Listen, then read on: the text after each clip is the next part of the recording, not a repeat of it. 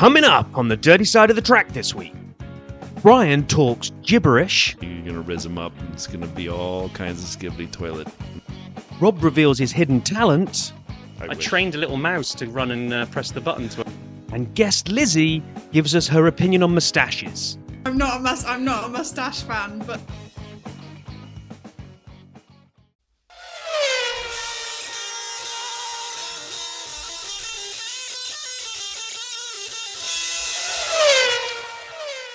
Hey now, welcome to the dirty side of the track, America's leading Formula One podcast. I'm Brian, that's Rob. It is the off season, but I'm weirdly excited about all the stuff going on this off season question. How are you, Rob?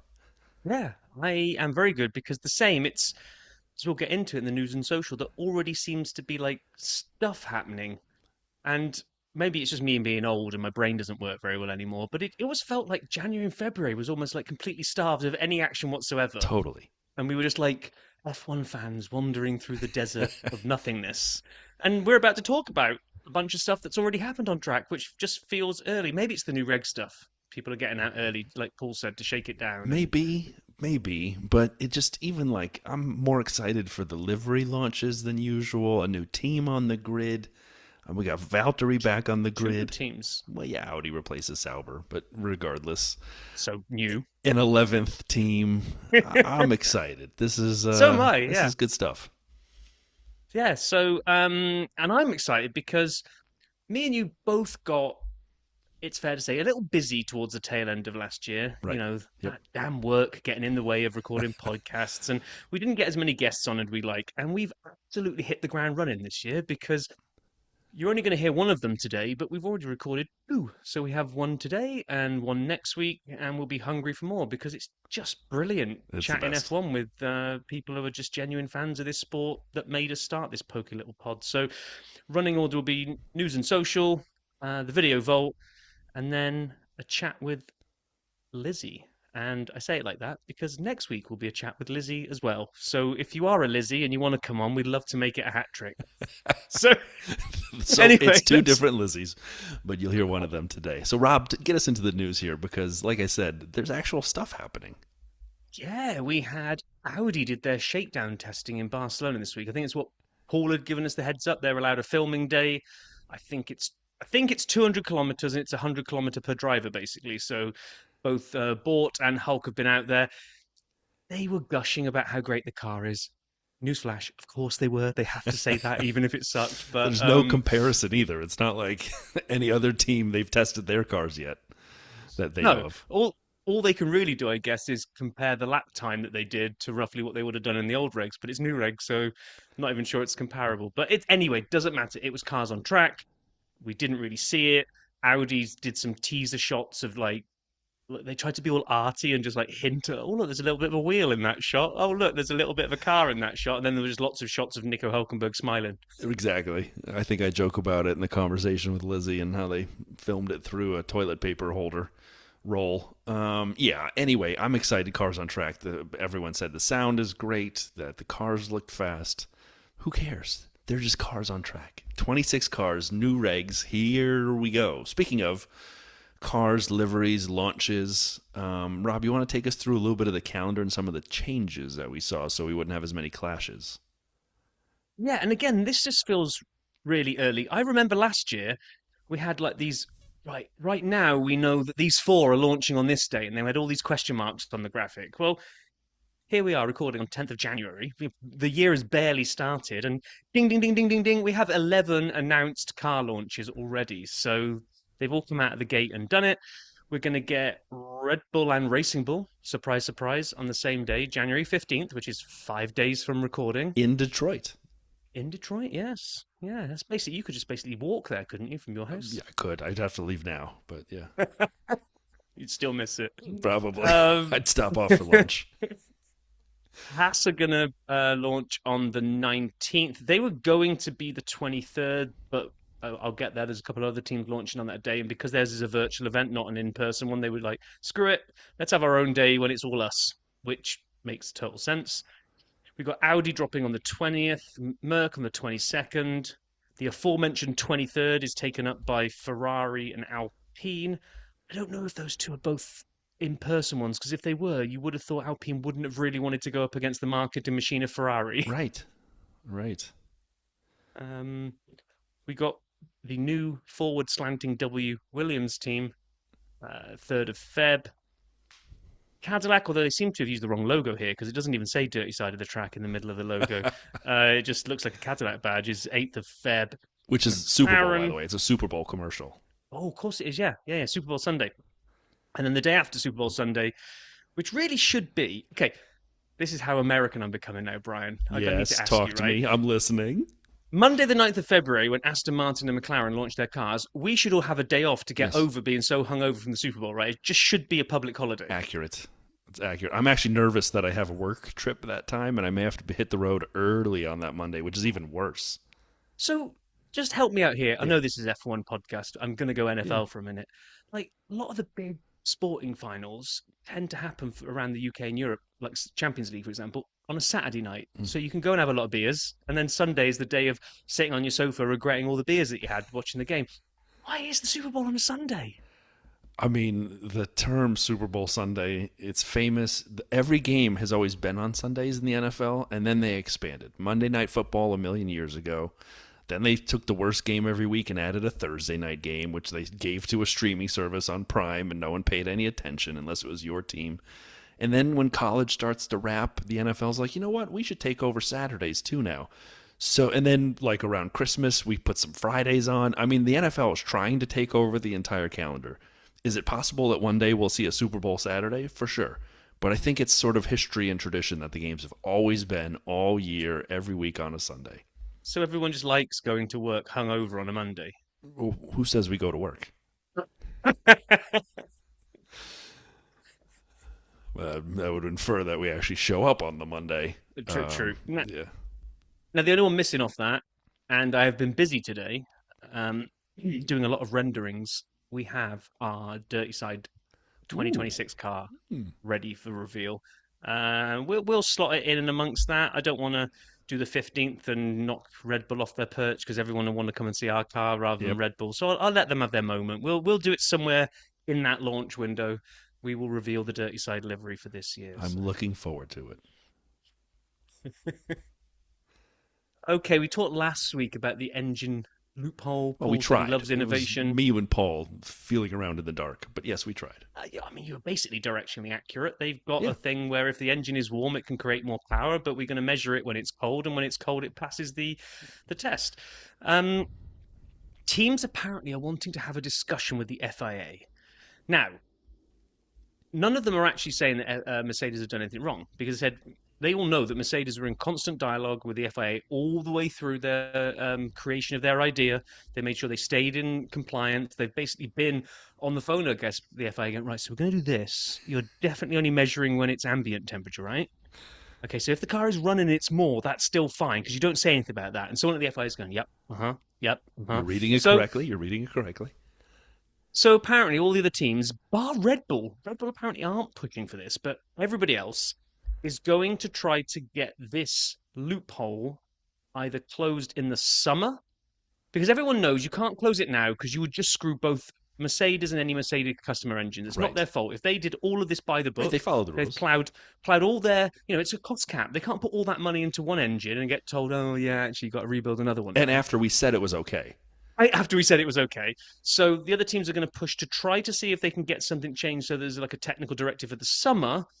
But if that doesn't work, they want it outlawed for 2027. I would imagine they're going to push on the summer, knowing it won't happen, with can we have it changed for 2027? I'd be curious if it gets changed at all. Yeah? I mean, I agree with you. There's no way it gets changed anytime in 26. You go in with a negotiation, says summer, and you hope for 27.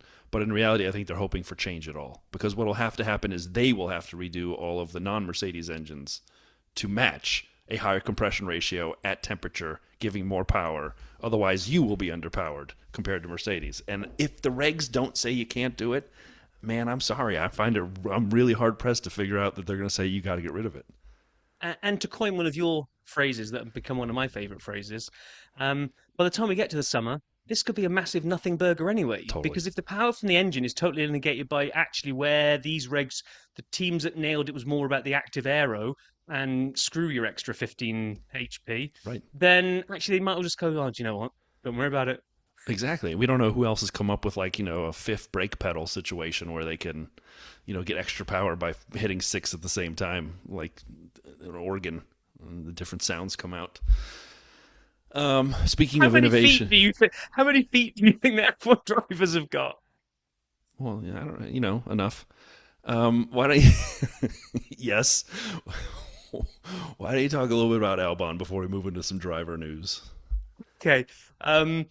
Alex Albon was being interviewed about obviously new cars, old cars, blah, blah, blah, blah, blah. And he said the funny thing about the 2022 regulations is that when they first came in, they did exactly what they were supposed to do, which was make better following. You didn't have to back off in turbulent air. You could follow really closely, and there's lots of overtaking, he said. But the thing is, while innovation and technology is so great in F1, this time around it advanced at such a rate that it kind of outpaced the regulations. So by the end of the regulations, despite the fact that all the cars were still complying with the same set of regs that were there from 2022, they'd all found ways of doing stuff, which has essentially resulted in more dirty air being thrown off the back of the car, even though it wasn't supposed to. And we saw less and less close following as the regulations went. And like last season, I didn't grab the stats on this, but last season was one of the worst for overtakes if you compare race on race on race, just because as the cars got smarter, engineers worked out little loopholes and all this kind of stuff, it was at the detriment of what the regs had set out. So he said it's good that we've got like a clean slate. He just says they just feel a bit unnatural to drive at the moment because it's a whole new set of things. It's active aero, it's worrying about battery charging. There's going to be this weird thing where maybe in the middle of a straight, when you want to be flat out, you actually want to lift and coast for a little bit in the middle of the straight, because apparently when the car's going that fast and you lift and go into charge mode, that's when you can get the fastest charging of the battery because the car's going so fast. So it'll be weird and interesting at the same time. So we'll see. Well, I'm excited still for 26, just like I was at the beginning of this here podcast. I will say this, we do have a little bit of sad news. Hans Hermann, the last surviving F1 podium finisher of the 50s, has passed. A good reminder that, the F1 championship started in 1950 at Silverstone. Obviously, there were races before there was a championship event.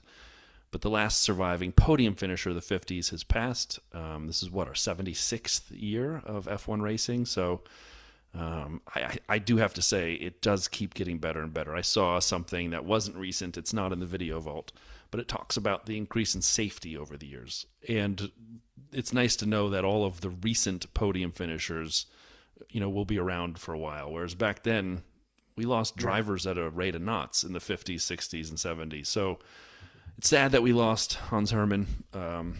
But, it is a nice thing to see that the current drivers are in safer cars. And the evolution continues as F1 gets older and older.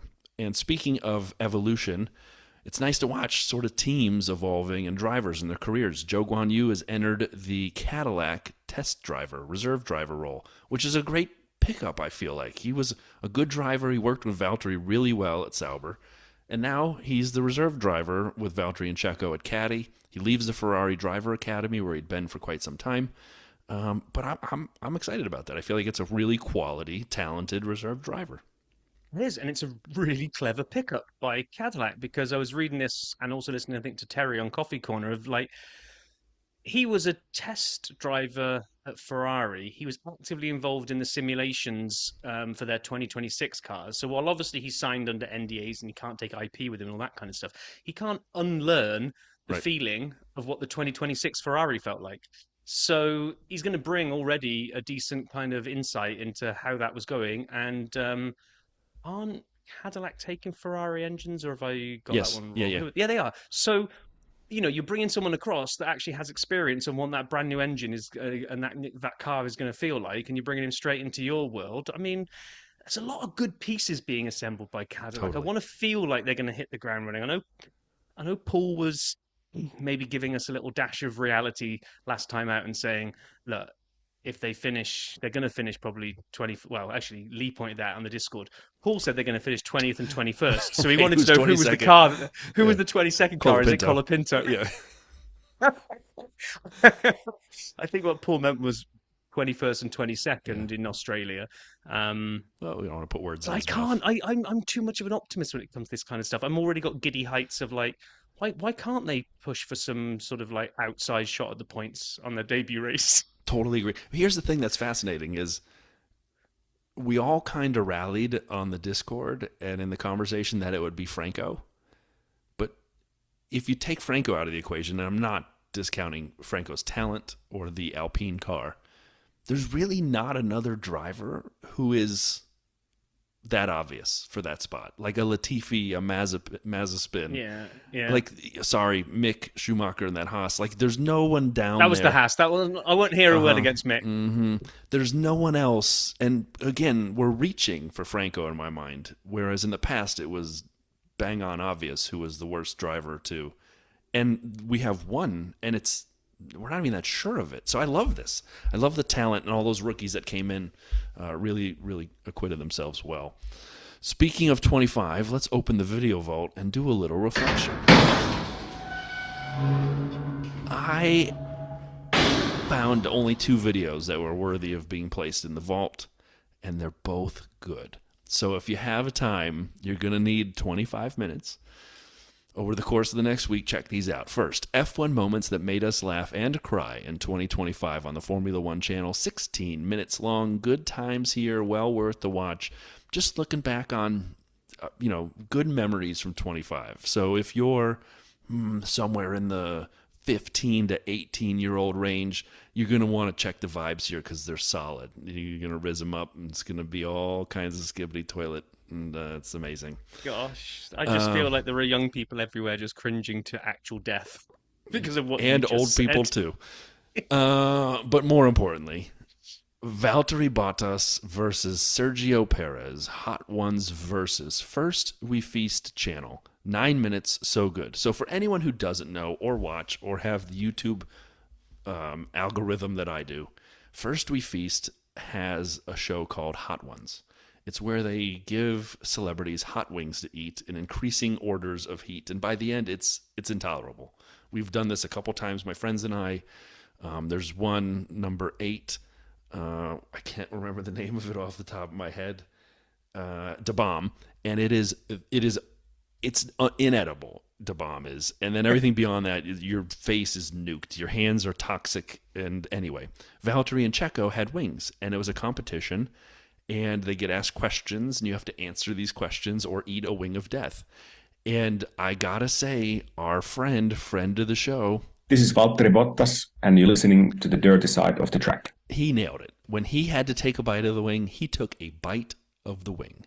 When Checo had to take a bite of the wing, it wasn't even a nibble. I'm not sure his teeth made contact with the wing. I don't know exactly what happened. But he said, to his credit, the regulations given to him were...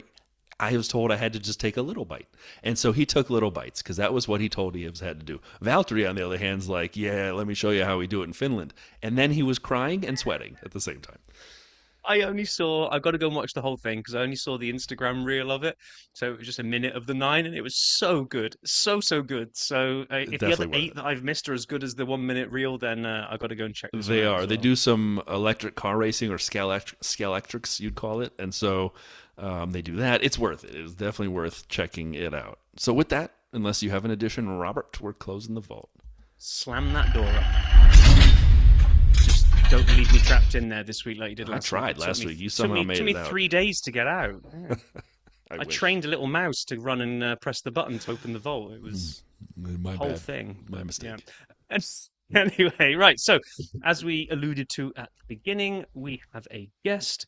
So, well, I guess I'll just shut up and play the little box clip because then on the other side of that, I'll be introducing her anyway. So I don't really need to do anything else. Box. Well, we are honoured to have a guest this week to kick off 2026. We went digging. I say we. Brian's just going to blame me. I went prowling around threads like I like to do. And we have snagged ourselves a threader, or whatever we call ourselves over there. Welcome to the dirty side of the track, Lizzie. Hi guys, thanks ever so much for having me. It is awesome to have you here. And in case anyone is following along from the worlds of F1 threads, just remind everyone what your threads handle is.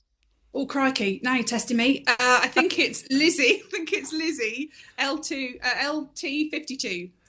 Sounds about right. Yeah. Yeah. So, well, it's amazing to have you on. You are going to be the guinea pig.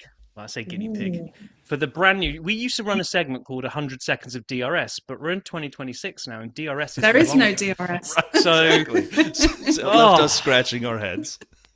So we still wanted to do this rapid fire quiz. We still Okay. wanted to be lazy and not have to rewrite any of the questions, so we could just retrot out old format. But we've now come up with the dirty side fastest lap. Okay. Okay, you Yep. are going to ask Brian. Well, he's going to do it, but he's going to spin our roulette wheel that we use to do our casino game picks. If you've followed along with any of our race predictions, Okay. we spent a lot of money on that roulette table. It is going to come up. It is going to give us a number from 1 to 24. I will look Okay. that up. That is literally the number, the order of the races this year. I will, if let's say you pick, I don't know, number 5, it will be the Saudi Arabian Grand Prix, and the fastest lap from last year was 1 minute 31 by Lando. So you will have Wow. 1 minute 31 for your questions. If you, Okay. the most unluckiest you can be is Yeah. if you draw. What's the shortest one on here? Here's 1 minute 12. I think it's Alex's lap in Brazil last year. So Oh, if wow. 21 Okay. comes up, it'll be a short one, but. Okay. It's just a gimmick. Righto. He hasn't changed anyone. Well, let's Right, Brian. spin the wheel. Bin it. It is spinning, Lizzie. Okay. The track number is 11. Rob, Okay. can you look up 11th circuit, Now, please? this could not be more perfect for Lizzie. The 11th Grand Prix in 2026 will be the British Grand Prix, Silverstone. Yes. Piastri set the fastest lap. It's 1 minute 29. We're going to have 1 minute 29 on the clock. So, Brian, are you ready? Are you ready to ask the questions? No, but I'm going to do my best to be. Lizzie, are you ready to answer the questions? I'll do my best to answer them. Love it. Okay, so here we go then with the very first dirty side fastest lap in 3, 2, 1, begin. Lizzie, the best F1 driver on the grid currently. Lando Norris. What's your favorite track? Silverstone. What's the first poster you had on your bedroom wall? Oh, God. Shakin' Stevens. I don't know what that is. We'll find I'll out in a tell minute. What's your Brian. Don't favorite? wanna know, What's your Brian. favorite Don't wanna know. cheese? Camembert. Is it pronounced GIF or GIF? Oh, it's a GIF. Thank you. Is a hot dog a sandwich? No. What's Most your definitely not sandwich. What's your favorite non-motorsport sport? Tennis. What is your favorite livery all time on an F1 car? Ooh, all time. I think it would have to be the Williams of Nigel Mansell. Oh, that's a good one. Best F1 driver of all time? For me, of all time, I think, again, I'd have to go with someone like Nigel Mansell or Damon Hill. Best thing to do on a rainy day? Watch old races. Sleep in or up early? Oh, sleep in. Yes. And now you may have answered this. Mustache or mullet? Ooh, that's a 10 tricky seconds. one. Mullet.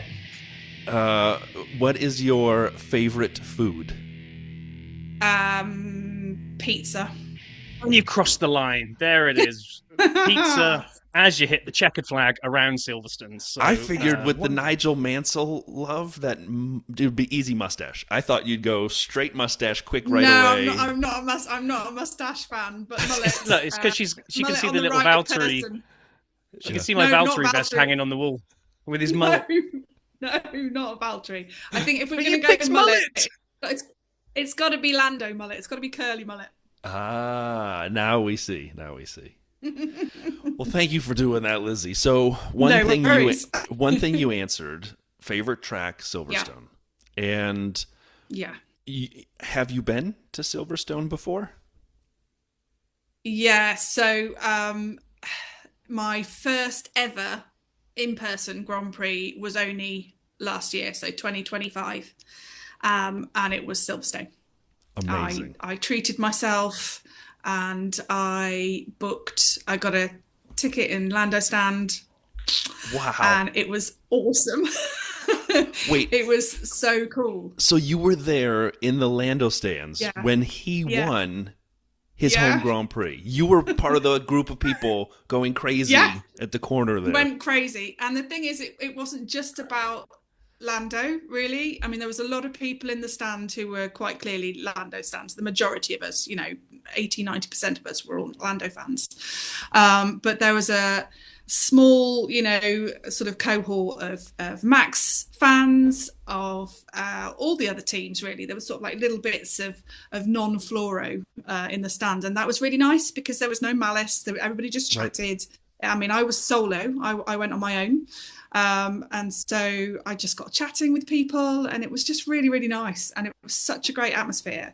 And actually, the nicest thing of all of it, obviously, was seeing Lando win. Yeah. But Nico Hulkenberg getting his first podium, he drove past the Lando stand, and we were all just like on our feet going, yay, this is brilliant. This is so good. But yeah, absolutely incredible experience. I'm so glad I pushed myself out of my comfort zone to do it, and I met some of the Threads gang as well, which was great. And doing it all again this year. Amazing. Nice. And I'd like to just take a quick second and say that kudos to you for doing that. Rob and I had also never been as of 23, and we've been fans forever. And both of us. Well, that's it. I've been a fan for a long time. Yeah. I've just never had the opportunity to go, So. And it's you pushed yourself when you said you could do it. Rob and I saved up our money, and we went to Canada because it was most affordable around here. Yeah. And as you say, we walked in, didn't know what to expect, and it turned out the nicest group of people as a whole that you could find anywhere. And of course, there's a sour apple every here and there. But like just the nicest people, you're walking in, and everybody's a fan, and they support each other. And anyway, I hear you. And that's the thing, I think, that surprised me, is that everybody was just really sort of forthcoming. If you looked a little bit lost, there would be somebody there going, "You okay? Do you need anything?" And it was like, "Oh, actually, I don't know where I'm going," and it was brilliant. It was so good. And I walked, oh my God, I think 70,000 steps in the 3 days. Yeah, tell me about it. Yeah, and then I was lucky enough as well to be offered the chance to do the pit walk on the Thursday. So that was honestly, that was insane. So many drivers were seen. Sadly, not my McLaren boys, but so many drivers were seen, and they were all just really nice and really good with the fans. So yeah, one hell of an experience. Yeah, I mean, I know what you say about, like, you can just talk to anybody, because we went for our first Canadian Grand Prix in 23. We went decked out in our Dirty Side t-shirts, and as we were walking in, and we looked like some weird set of twins wearing the same t-shirts, I was thinking to myself, oh my God, this is an absolute. This is just going to be a cluster, and people are going to look at us and laugh and think, "What are they? Look at those middle-aged men trying to be cool, having a podcast wearing their matching t-shirts." So we're just going to get ridiculed for a weekend. And we didn't. It was the polar opposite. People would stop us and say, "Hey, what's the dirty side of the track?" And we would tell them, and they would. And you got followers from that. Yeah, we did. And you could just talk to anybody. You could just stop somebody and say, "Hey, what did you think of that incident at turn one?" And you just within chat about it forever. Yeah, kindred spirits all around. Brilliant. So yeah, exactly that. With that opportunity to go and interact with others and be at a race, like that obviously was, as you say, something you'd wanted to do for a long time. How did you become an F1 fan, Lizzie? I mean, I think probably like most people of my sort of age group, early 50s, we sort of grew up with the sort of traditional BBC footage of just purely the race, really. There was not a lot of the prelim stuff that we get now. And I think it was on a Sunday, Sunday afternoon, not a lot else going on in those sort of times, sort of like late 70s, early 80s. And it was just the sound. It was just the roar of those engines that I just used to love. And I'd quite happily just sit there and, watch all these cars go around and around. At that point, I didn't sort of really,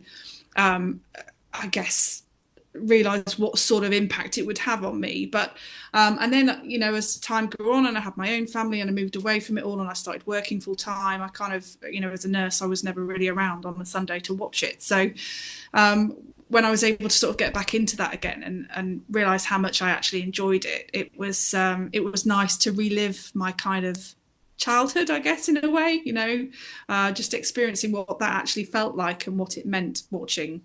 20, so you're you and I are very, very similar then. So it's late 80s, it's Sunday afternoon, you've just finished your Sunday lunch, you're lying on the sofa to digest it all, and you just veg out and listen to Murray Walker commentate on fast cars. Absolutely. I mean, Murray Walker was the sound of F1. You know, that was the guy who everybody talked about in that kind of era, is that, you know, Murray's one-liners and classic faux pas were just what was F1, you know, and just even the drivers had slightly, I mean, they still had great personalities like the guys they've got now, but they all seemed, to me, from how I remember it, they all seemed to be a lot older. You know, there weren't a lot of young drivers in that kind of era that I was watching. So they were all sort of, you know, like late 20s, early 30s, even later than that, older than that. So it's been, for me, it's been quite refreshing to see, you know, from following people from when they've done karting and gone up to sort of F2, F3, all that sort of stuff. It's been nice to follow that through and actually see that how young these guys are. You know, I mean, most of them now are of an age of my children, you know, and I just think that in itself though is an incredible feat. You know, Lando said it in his Lando log yesterday, you know, he's literally had 18 years of his life where he's literally, that's what he's done, you know, and his parents have had to do that for him and his family have had to do that for him, you know. So it's a massive sacrifice that these young guys make now, I think, to succeed in the sport, because financially, yes, all right, I think you've got to have a bit of money to start in it, but not everybody does. And I just think it's a huge undertaking to actually get into F1 these days, any kind of motorsport really these days. Totally agree. Totally. So you said this Nigel fan in the Nigel Mansell into the 90s there? Yeah. And he was 92 when he totally dominated, if I remember. Absolutely. Right. Yeah, 100%. And I just think he was just like your typical British, you know, sort of brummy, you know, very kind of dulcet tones, didn't seem to have much of a personality, but there was just something about him. He was such an incredible driver. And I, you know, that's what I remember him being, is just an incredible driver and a bit of an odd guy, you know, a bit of an odd scenario to be sort of an age where he was just like, this guy's just so good at driving, but there's not a lot else to him, you know. But he just was. He just was an incredible driver. You know, you were literally looking at the man for the driving that he did. And Nigel Mansell was probably the guy for me that kind of went, this is a great sport to be involved in. So I'll be a fan of. Because Mansell was my way in as well. And I think you're right. There was something about all that. It's not Clark Kent Superman thing, but there's this kind of this boring guy with a moustache. Yeah. But put him in racing overalls and a helmet and away he goes. But incredible. Yeah, absolutely. I just wanted to double down on something you just said about like feeling that they're older. I remember Michael Schumacher being this like young, fresh-faced guy coming onto the grid at Benetton, and you know, in my head now, I think he must have been a Kimi Antonelli age, right? Because he was this young, fresh-faced kid. He was 22 years old. That's like a veteran in these days. Veteran these days, isn't it? Yeah. I know. When you think of somebody like Kimi Antonelli, I mean, he's a boy. Yeah. You know, to me, he's a boy. But what a talent! You know, all these young guys that get into F1, they are quite clearly talented, because not everybody gets in. You know, we've proven that with just the fact there's only been 35 world champions in the whole time, you know. And to think that Lando Norris, at the age of whatever he is, 25, 26, that's insane.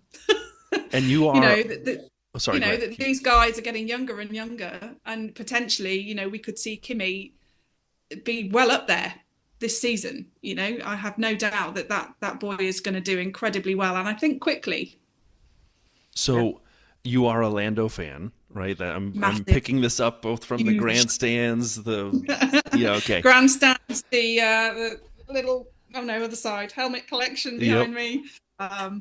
The merch, it's there. Yep, there we go. So, Lando's my driver, 100%. And last season was just incredible to see how he persevered and conquered, you know, his kind of battles, really. Yeah, I agree. I thought it was excellent. I thought he kicked a lot of butt. The question I have for you, though, is 26 is here, right? And we're seeing Audi is out there with their car, and there's spy photos that were filmed through a tube of toilet paper, apparently, because you can't see anything. Apparently so. I was looking at them earlier this morning. I'm like, what am I supposed to see here? There might be wheels. I don't know. And so, as we look at 26, do you think Lando can repeat? I would like to think so, honestly, as a true Lando fan, I would like to think so. But I just think we're in a bit of an unknown situation right now, aren't we, really, with the new regulations, the new cars. Everybody's going to be starting from scratch pretty much, so at this point in time, until we actually see the cars on track and see what everybody's capable of, I think it's anybody's game. I agree. It could be a real shock this season. We could see teams up there that have not been up there for a long time. Agree. I was going to say, and whisper it, although I think we've actually said it on this pokey little pod a few times, is that a certain Adrian Newey, who's very, very good at latching onto new regulations very, very quickly, could see Fernando Alonso have like one last shot at a title. I mean, who knows? If someone nails the regs right out of the gate and does like a Jensen Button and wins the first half of the season before anyone else can scramble and work out what they've done, I agree with you. It could be anyone. It could be a real shocker. That's not to say that Lando's championship doesn't mean any less. He's a champion. He's a world champion and always will be. But I just think because everybody's on an even keel, and as you say, Adrian Newey's very good at these things, and we've got Cadillac and we've got Audi. I mean, who knows? Who actually knows? And until cars get on track, I don't think we're going to see what anybody's capable of, really. Totally agree with you. So then, if you're cheering for Lando and hoping for the repeat, but we all acknowledge the regs will bring some teams to the top and hurt some teams from the top, and we'll see who's what and where's everyone going. The question for you is there anything in your mind that you really want to see happen besides Lando? Is there a team? Do you want to see Williams at the top? Is there a driver you'd love to see have a renaissance? Is there something? Yes. Yeah. I mean, McLaren have been my team for a while. More so, obviously, I think because of Lando. But I've always had a soft spot for Williams. They're a local team. They're up the road at Grove. They're not far away from where we are at all. And James Vowles has worked wonders with that team. I think he's a real enigma of a team principal. I think he's got the right attitude to really bring effectively what I suppose Andrea Sella and Zach have done for McLaren, in that I think they've got that real sort of family appeal and family unit as a team. And I think with having Carlos there as well to use all his incredible sort of information that he's got from various teams that he's driven for, including McLaren. I think I would love Williams to be back up there in the top three. They had a great end with Sparkles and Carlos and getting the podiums up there. Yeah, a couple podiums. I think him and Alex together as a team are a force, I think. And secretly, I really hope that they can get up there. Totally agree. It was a year ago, Rob and I looked at the teams and we thought, at least I thought, I'm fairly certain Rob agreed, that driver pairing was the third best on the grid, even if the car wasn't the third best on the grid, if not higher. Yeah. But Oscar Lando, and we thought maybe Lewis would catch on a little faster at Ferrari with Charles. Yeah. But I do feel sad for Lewis. I do, because I think I don't know, the way I look at it is I think he felt perhaps the grass was greener on the other side, and that's not really been in his favour at all. But for Carlos, on the other hand, I think he's going to be in a team, that's going to be a force to be reckoned with, and he'll hopefully help them bring them up as well. I have one question just because of your Lando fandom and what you've just said about Carlos, and this is just me, a fan to fan. I loved when they were teammates, and Carlando became a thing. Lives on. Yeah, I go back and watch like the Sky Sports stuff, the McLaren stuff, when they were in the Muppets in the movies at the end of their time together, and then when they wished Carlos well to Ferrari and take care of her. I ate that up. Incredible. Did you too? It sounds like you also. Yes. Yeah, I mean, I think that was probably the start for McLaren. I think having that pairing, I think that's when they really started to come up. you know, and I think if you look at any team that I was only seeing it the other day actually, if you look at any team that Carlos has been on, Yes, he has helped that team come up. I saw that stat too. I don't know what it is. I don't know what it is about Carlos. I mean, I'm a fan of his dad. You know, I'm sort of following the Dakar at the moment. You know, so I follow Carlos Sainz Senior because I think that man at the age of 63 is incredible with what he does as well. But I just think it was such a great pairing, and I think it got McLaren up to where they needed to be to continue to get to where they are now, having had two back-to-back constructors for last year and the year before, and.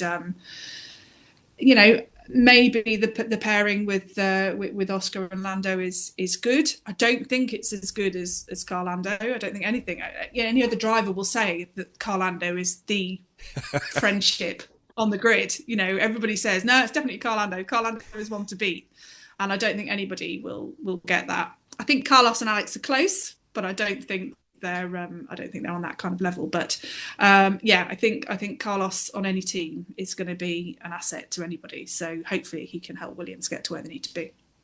Yeah, and we're rooting for in the same way that, like you said, Carlos can go in and seem to kind of help get a team up and running. We're all in this year on the Valtteri and Checo partnership to see if they can help Cadillac hit the ground running. To see those two back together again is brilliant, you know. And of course with Joe being there as their reserve driver as well, I think that's great. So yeah, I'm excited. I'm excited to see what Cadillac bring, because I think they're going to be as much sort of competition to anybody than all the other teams are. So I hope so. I worry about starting from scratch, that they may be towards the back for a while as they figure it out. But regardless, but you know what? At least they're on the grid. You know, it gives us another two cars to kind of keep an eye on. And having driven the lap of lights at Silverstone last weekend, you know, driving over P22 and going, oh hey, there's going to be a car on here this season. That's weird. That's cool. You know, that was really nice. It was that. I mean, that in itself was just amazing to drive the track. So albeit at 5 miles an hour, but still amazing. I was going to say, I wanted to ask you about that because I saw that you'd done it, and my cousin did it as well. He sent us a video in of doing it, and he'd sped the reel up for Instagram, and I was like, "There's no way he was driving this fast around Silverstone." No, and when I looked it up, it was like very slow. Yeah. So what is it? It's just fluorescent lights. Do you do the entire lap? Yeah, basically you they sort of do it for sort of like a pre-Christmas thing. So obviously they have the sort of Santa's garage just before Christmas, so that finishes at Christmas Eve. But then the lap of lights continue, and it's sort of like a little bit of a light show, and it's sort of F1 themed, Christmas themed, you know, candy canes all lit up and all that sort of stuff. But yeah, it's just literally to drive the majority of the track on sort of like a rolling time circuit. So they have various time slots, and you get to drive Silverstone at like 5, maybe 10 miles an hour if you're lucky. But it was just brilliant. It was so good. Just myself, my husband, and my two girls. You know, they're all adults. We're all adults, and we had a great time. It was brilliant. Really, really good. Awesome. Walking in the pit lane, seeing people doing the ice skating that they had in the garages, and some cars there to have a look at, you know, as well, which is great. But yeah, just a really good experience. And it was a bit snowy as well, so it was quite nice just to see the beautiful snow on track. And as I say, drive along the grid and get to, well, sadly I was on P2 side, I couldn't go P1, but we sort of held back a little bit. We were front of the grid, we were front of our group. And so I just sort of like slowed down a little bit more, got onto P2 and then just went, just go for it, just to sort of take off a little bit. Which was a bit of a laugh and good fun. So yeah, just really great. And you know, I can say I've driven Silverstone, so very cool. Okay, so then the question on driving Silverstone is, you say they give you a time slot, you get out there. How do they get you off the track? Could you have just kept going? Like, did you have to leave? No, there was a route, and you effectively follow a safety car, actually. Okay. You have your own personal safety car that's all got fairy lights on it. It's brilliant. And yeah, they sort of show you off the track, and then you get redirected round to parking. I'm just and all that suggesting sort of stuff, for next year, maybe just stay out. Just say you stay out. Oh, I got lost. I'm so sorry. Yeah, we'll just do one more lap. Yeah, exactly. It was good because I would have liked to put my car. We haven't got very, you know, not very sort of sporty car, but we do have a sport mode, and I was hoping I could perhaps put her into sport mode and go for it. Lizzie had it all planned. Not. Love it.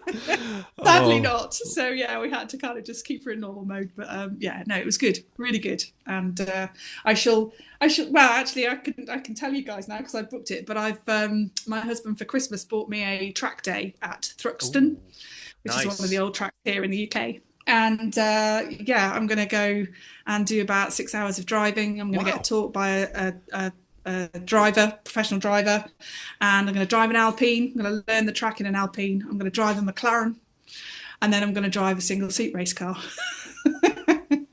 He's going to send it. Will you let us know how it goes? Will you round Thruxton? Yeah. Please keep us in the loop how it is, because this sounds amazing. I cannot wait. Yeah, I will do. I will. I cannot wait. It's going to be in late March. I do that. So, yeah, looking forward to that immensely. Well, it's an excellent gift. I got to give your husband kudos there. The boy done good. Yeah, well done. Well done. All right. So then as we look forward into 26, we obviously don't know a lot what will happen with the regs. You have this amazing driving experience coming up. Are you going to plan for a future GP? You kind of hinted you would do it again, possibly. Is that in the plans for 26? I've got Silverstone booked again. I've got you do. So the race, yeah. Yeah. So going for the race weekend. Quite excited for that because they've got F1 Academy there this year as well. That'll be good to see the girls going around. So yeah, and I'm doing the full experience this year. I'm camping. I didn't last year because we're quite close. We're only an hour away. I drove every day last year. And that's tiring. So this year I'm going to we're going to have a little camping commune with Hells from Threads. They're going to be there as well. So yeah, it's going to be good fun, and we'll have a nice little camping experience as well. And but ideally, I would, as my bucket list, I would kind of like to go to a different track as well. So somewhere maybe in Europe. Whether that's this year or not, I don't know, but certainly I'd like to have a go at going to a different track in the future. So yeah, we'll see what happens. But ideally, we can endorse Canada. Well, that's not in Europe. Endorse Canada. Yes, I mean I haven't been to Canada since 1988, so it would be quite nice to go back and yeah, why not? Let's go do the Canadian Grand Prix for sure. Totally. Lizzie, thank you for doing this. Thank you for sharing. No worries. Thank you so much for having me. It's been really great to chat to you guys. Totally. And, as you say, it's like just talking, just knowing that somebody has the same passion and same idea of motorsport and Formula One particularly is really nice for me to chat with. So thanks, guys. I really appreciate it. Yeah, thank you so much for being on, and we look forward to hearing about your driving exploits in late March. Yeah, definitely. I shall be putting it all on Threads, so you'll see it all on there. Sounds great. Nice one. Thanks, Lizzie. Bye. Thank you. Take care. Box. Okay, Lizzie, thank you so much. That was absolutely fantastic. Just reminded us why we love doing this. Totally. Absolutely brilliant. Yeah, I just so good to have people back on again. I'm really thinking that the fastest lap is going to catch on. Everyone's going to be talking about it. Like 100 seconds of what? What was that? This is a whole brand new quiz. It took me forever to find something like this. You do wonder if DRS shouldn't be limited to, 100 seconds per race. It took us 5 years to find Martin Brundle mentioning 100 seconds of DRS. That was it. But fastest lap, we'll find some clips of that for sure. We will find fastest lap, yeah. What I love is the total arbitrary nature of the fact that it doesn't really matter, because if it was actually a quiz and there were points on the line, like you'd be sweating if you got Monaco or Austria. Right. You'd be hoping for Spa, but really all it really means is whether or not we're going to ask the hot dog sandwich question or not. Which, by the way, still lives on, I got to say. Is a hot dog a sandwich? Is a good question, because the bun has a hinge. It's got meat in the middle. I know, and we will be totally honest with you all. We haven't really refreshed that question bank in a very long time. Now, our view is it doesn't need refreshing. The only thing we did was kill the DRS good or bad question. That is now purged from the question bank. If any of you want to suggest some kind of fastest lap rapid fire questions you think would be a good addition, then just get in touch and send them over. They're going to have to be good, though, because, we're not being selfish here, but we think ours are pretty I have one that I'd like to add. Favorite Dirty Side host, Brian or the other guy? Oh, you're just mean. You're a mean man. First you locked me in the vault. Now you want to have a listener vote about who's best. Yeah. Survey says me. Rob, anything else this week? Not this week, no. So just thanks again to Lizzie for taking up the call to arms. I'm hoping that will mean that more folk especially from F1 threads where that community is kind of, she shared that she was on and everyone seems to have piled in and wants to listen. So don't just listen, get in touch, come and do what Lizzie does. It's easy. Totally.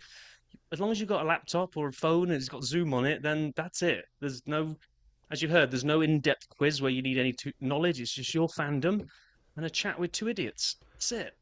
And one of them being better than the other. All of you, thank you so much, Lizzie. No, don't wrap us up this week just yet. Okay. We've got to do the preview. So next week we have Lizzie the sequel. So we have Lizzie from Tampa that was coming on. We've spoken to her. That's a fantastic listen as well. So make sure you look out for that one next week. But hopefully during next week we'll be recording another one with one of you guys to rack up for the following week. So Exactly. just keep those requests coming, and we will try and get as many of you on as we can. Now you can wrap up, Brian. The worst host can wrap up this week's episode. Thank you all so much, especially Lizzie. Thanks for listening. Thanks for watching, for the YouTubers. Have a great week, everybody. Be well, be safe. We'll talk in 1 week's time. Like and subscribe. We'll do that earlier on when there's people still paying attention.